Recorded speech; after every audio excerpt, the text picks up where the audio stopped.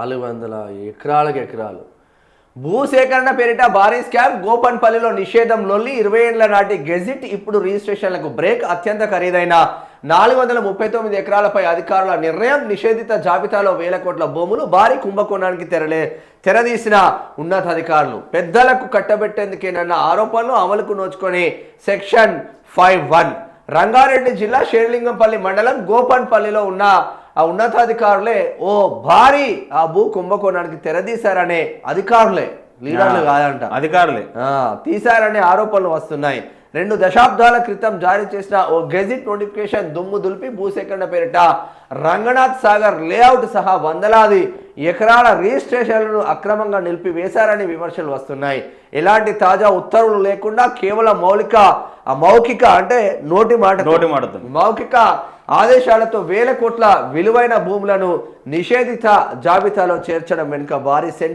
సెటిల్మెంట్లు plan ఉందన్న అనుమానాలు వ్యక్తమవుతున్నాయి 20 ఏళ్ల క్రితం ఇచ్చిన నోటిఫికేషన్ ద్వారా గోపన్పల్లిలో 439.15 ఎకరాలకు నిషేధిత జాబితాలో నమోదు చేయాలని రెవెన్యూ యంత్రాంగం నిర్ణయించింది ఆ భూసేకరణ చట్టం సెక్షన్ 41 ద్వారా ఐటీ పార్క్ స్థాపన కోసం 2005లో అప్పటి ప్రభుత్వం నోటిఫికేషన్ G1 6979 2004 నుంచి G 6987 2004 వరకు విడుదల చేసింది దీని ఆధారంగా తిరిగి పిఓబి జాబితాలో చేర్చాలని లేఖ రాసింది అయితే 20 ఏళ్ల క్రితం జారీ చేసిన భూసేకరణ నోటిఫికేషన్ ఇన్నాళ్ళు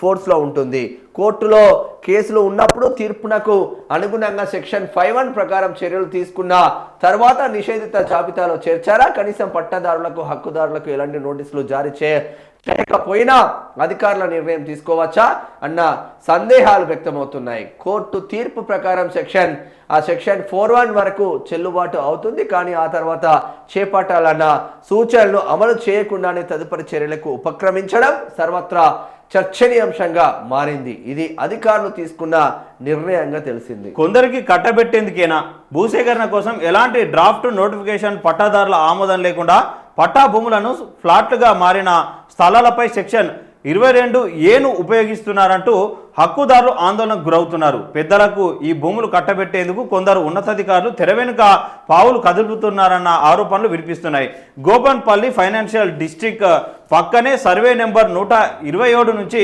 173 263 నుంచి 286 వరకు మొత్తం 439.15 ఎకరాల భూమిని నిషేధిత జాబితాలో పెట్టారు కానీ ఇందులో అత్యధికంగా పట్టా భూములే ఉన్నాయి ఇప్పుడు అత్యంత కాస్ట్లీగా మారిన ఇక్కడి భూమును సేకరించడం సాధ్యమవుతుందా అన్న సందేహం కలుగుతుంది 2005లో నోటిఫికేషన్ జారీ ఇస్తే ఇప్పటి వరకు ఎందుకు భూములు సేకరించలేదు ఒక్క నోటిఫికేషన్ జారీ చేస్తే 20 ఏళ్ల చెల్లుబాటు అవుతుందా భూసేకరణకు కాల పరిమితి ఉండదా ఇలాంటి అనేక ప్రశ్నలకు రెవెన్యూ అధికారుల నుంచి సమాధానం రావడం లేదు కానీ కోర్టు సెక్షన్ 1(1) నుంచి రద్దు చేయాలన్నది మాత్రమే స్పష్టత ఇస్తున్నారు భూములు సేకరించే ఉద్దేశం లేదని చెప్పిన అక్కడ భూమిని సేకరించే ఉద్దేశం లేదని రంగారెడ్డి జిల్లా కలెక్టర్గా పనిచేసిన రఘునందన్ రావు స్పష్టత ఇచ్చారు 2005లో జారీ చేసిన గెజెట్కు కాలం చెల్లిందంటూ 2014 జూన్ 9న ఎండార్స్మెంట్ ఇచ్చారు గోపన్పల్లి రెవెన్యూ సర్వే నెంబర్ 127 నుంచి 173 వరకు 263 నుంచి 283 వరకు సర్వే నెంబర్లలోని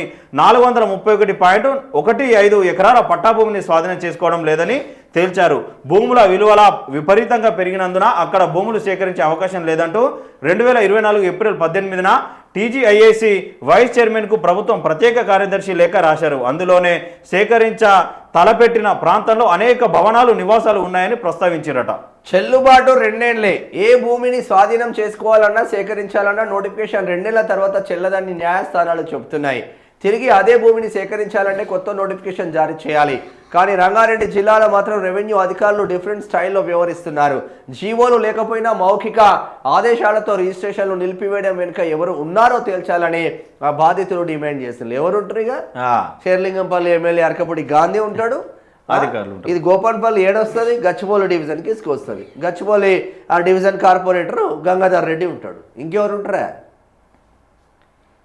ఎవరుంటారు ఇంకా గంగాధర్ రెడ్డి బీజేపీ క్యాండిడేట్ కాంగ్రెస్ గోదామని ప్లాన్ చేసుకున్నారంట భూముల కోసం ఇది అసలైన కదా 431 డిమాండ్ చేస్తున్నారు. 431 ఎకరాల భూమిలో సగానికి పైగానే నిర్మాణాలు వచ్చాయి. విల్లాలు, అపార్ట్మెంట్లు, ఇండ్లు వెలిశాయి. ఇలాంటి భూమిని ఎవరికో సెటిల్మెంట్ చేసేందుకు కొందరు అధికారులు ప్రయత్నిస్తున్నారని మండిపడుతున్నారు. వాస్తవాలను ప్రజల ముందు ఉంచాలని డిమాండ్ చేస్తున్నారు. ఈ 431 ఎకరాల ల్యాండ్ విలువ 30,000 కోట్లకు పైగానే ఉంటుంది. ఇంతటి ఖరీదైన భూమిని కొల్లగొట్టేందుకు తెర వెనుక పావులు కదుపుతున్నారన్న అనుమానాలు వ్యక్తమవుతున్నాయట. 431 ఎకరాలకు 30,000 కోట్లట. 30,000 కోట్లు అంటే మరి ఇప్పుడు దీనిపైన ఎంక్వైరీ ఉంటుందా సార్? రేవంత్ రెడ్డి గారు, పొంగులేటి శ్రీనివాస్ రెడ్డి గారు రెవెన్యూ మినిస్టర్ గా ఉన్నారు కదా, దీనిపైన ఎంక్వైరీ ఉంటుందా? లేదంటే ఎవరి వాటాలు వాడే పంచుకుంటాడా 431 ఎకరాలల్లా?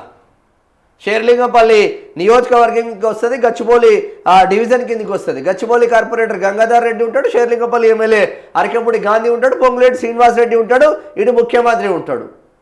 రంగారెడ్డి జిల్లా ఇన్ఛార్జ్ దుద్దిల శ్రీధర్ బాబు కూడా ఉంటుంది దీంట్లో. మళ్ళీ అందరు కలిసి వాటాలు పంచుకున్నారా? పేదోడికి భూమి ఇవ్వడానికో, పేదోడికి ఇల్లు కట్టియడానికో మీ దగ్గర భూములు ఉండవు, కానీ ఇట్లా మంచిగా కబ్జాలు పెట్టుకోవడానికి మాత్రం భూములు ఉంటాయి. మీకు పొలిటికల్ లీడర్లకు తెలియకుండా, లోకల్ ఎమ్మెల్యేకు తెలియకుండా అధికారులే కబ్జాలు పెడుతున్నా.